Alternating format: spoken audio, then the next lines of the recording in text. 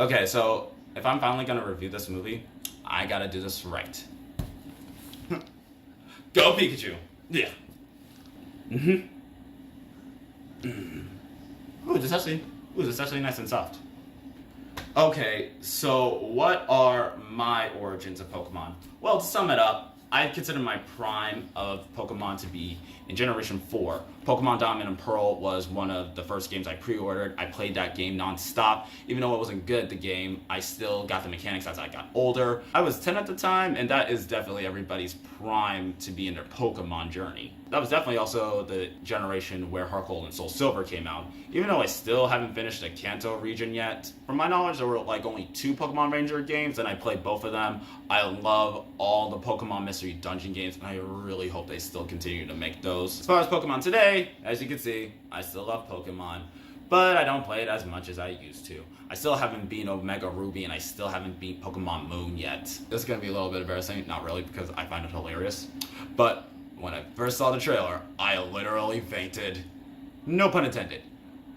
But even though I haven't played the video game, I knew this was gonna be the first good video game to film adaptation. First thing I had to talk about this movie is the world building, because the story takes the forefront of the movie. They don't focus on the world building in the story. Basically, to put it simply, they show everything in the background about the lore of the world without compromising the story at all to explain anything. Everything in the background and everything that you see in every single shot is done with great purpose and detail. But if you're not a Pokemon fan, you can really understand that this is a really fully fleshed out world. And by letting the cameras do its thing while everything sits in the background, the movie really creates this world that is definitely alive. Even some of the most obscure fan theories have some detail in them if they make sense with the Pokemon world that the video games and the TV show have created for us. The CGI on the Pokemon looks better in the movie than it does in the trailer, and that is saying something.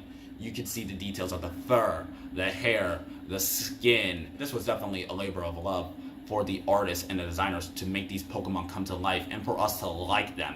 That is not easy. And there's a perfect borderline between what the Pokemon would look like in the real world and what their original designs are. Okay, let's talk about the casting because it's perfect. We were hooked on Ryan Reynolds for the beginning, and Justin Smith does a great job as Tim Goodman. Detective Pikachu is cute and loving, and he is a great detective.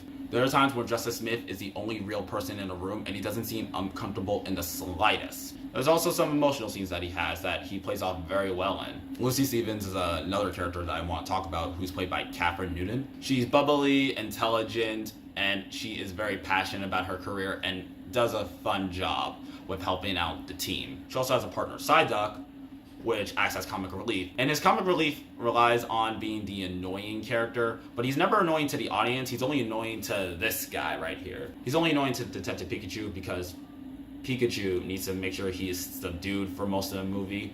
Okay, so let's finally get to the story. This definitely is the biggest flaw in the movie because there are good, interesting questions that need to be answered for the plot. What happened to Tim Goodman's father? What are the origins to Detective Pikachu? How did Detective Pikachu lose his memories? And what's going on in Rhyme City? The issue is that there are other detective cases in the story and the plot that just make everything seem shuffled and not really cohesive. If the story took out a few of the additional story questions, the story would have been a lot more simpler and streamlined. So in conclusion, guys, I love this movie. It's a beautiful love letter to the Pokemon franchise. It creates a beautiful world that is open to a cinematic universe. The story may be a little shuffled and a little bit messy, but it's not bad. And there's a serious passion behind everything in the movie, from the backgrounds to the acting and to all the visuals.